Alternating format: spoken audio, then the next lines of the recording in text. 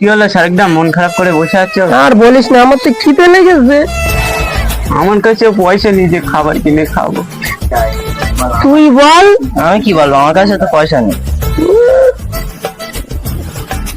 ও, একটা ক্যাডবেরি নেবো আর খাবো।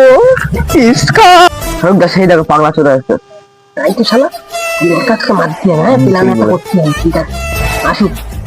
চিপস খাবো, একটা ক্যাডবেরি খাবো। দোকানদার, আমার একটা চিপস আর একটা বিস্কুট দাও তো। আচ্ছা দিচ্ছি।